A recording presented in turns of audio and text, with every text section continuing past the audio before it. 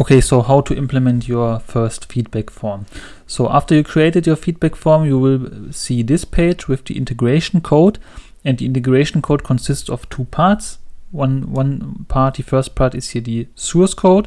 This is basically loading the feedback form script. This code will do nothing because in this code there's defined that the feedback form only opens after you send the open inc form event, which pushes an event and opens the form. So what we can do at first glance is we can just take this code, go to Google Tag Manager or to any other tag manager, or directly go to your site's code.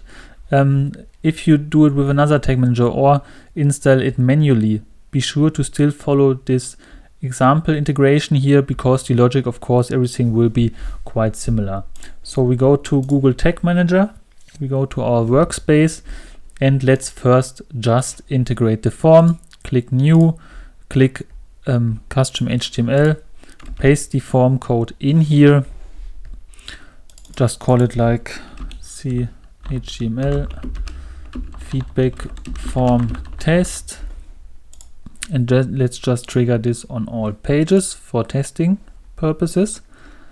Let's click preview. Open our preview.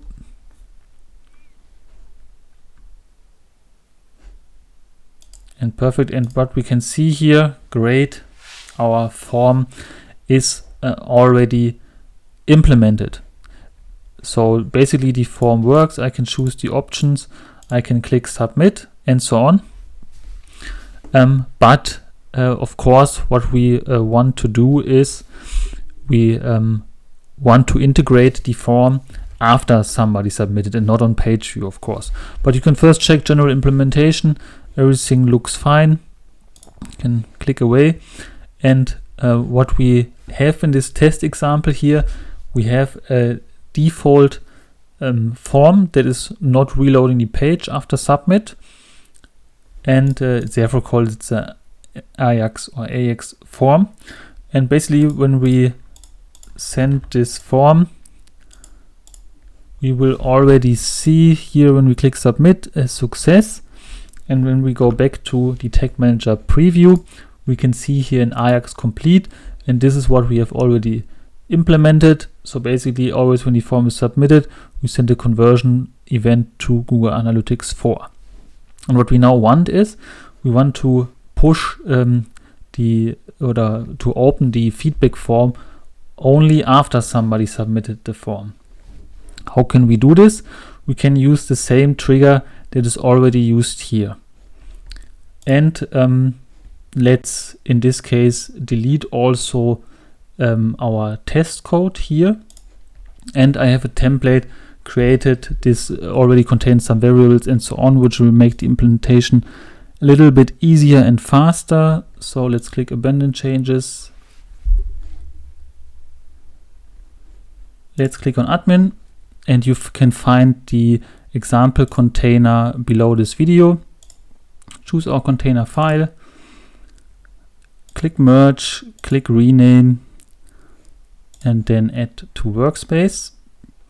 And now we already have some example variables and so on.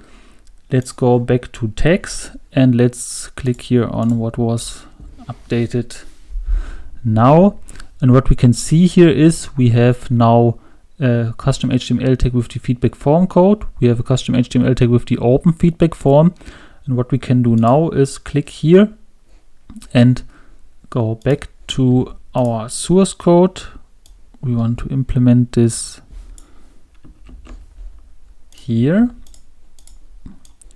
Basically, we now splitted the tag, and we only want to implement this on the page where the form is. This could be your order confirmation page for your web shop, or your contact page, or all pages when you have a contact form on all pages, and so on. I already created a page view trigger for the contact page. Click save. And then I want to open the feedback form when the form or the order was successfully submitted. So we are pushing this event only when the form was submitted and the trigger for the form submit was this custom is completed. Click save, and the trigger, as you can see here, is the exact same trigger as on the conversion form send event. Okay, this should be already the whole trick. Let's click on preview.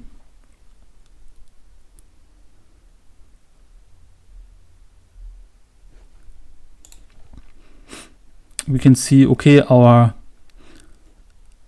feedback form code has already fired. That's good. Let's go to the page, but we can see the form was not opened. That's fine. We only want to open the form when somebody successfully submits the form. So let's do it. Test,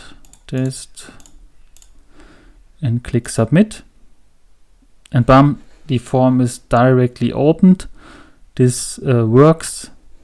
We can submit it now. But first take a look at what is already pushed into the data layer. So the open form is already pushed. We don't do anything with this, but you could of course send an event on open to Google Analytics, and when you submit a form, there's another event being pushed. Then you can also track like your fill rate, which should be around 80 to 90% when it's correctly implemented.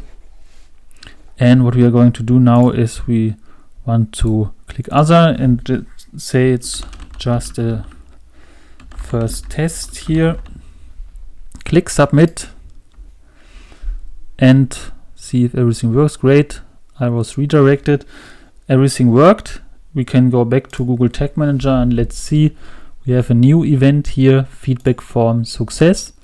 We can see that data was being sent already with our example event, but you can also check out the data layer now, and what you will see here is you have the question here, how did you hear about us, the question of the feedback form.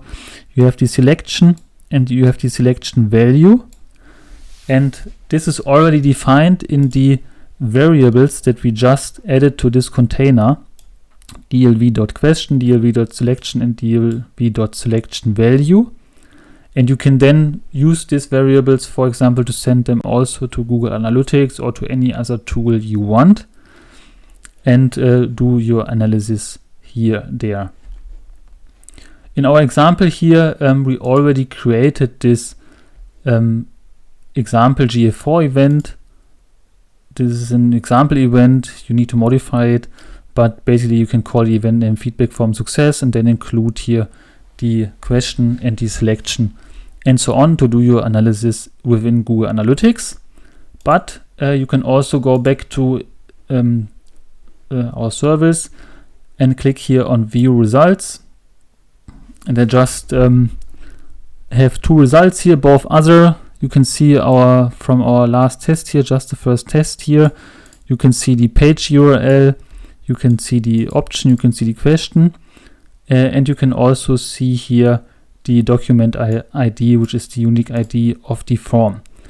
When you, for example, you have an online shop with a transaction ID, with an order ID, and you want to later combine these results here with results from your CRM system, which contains also the order ID, then you can also push the order ID to the service and later include it in your download file.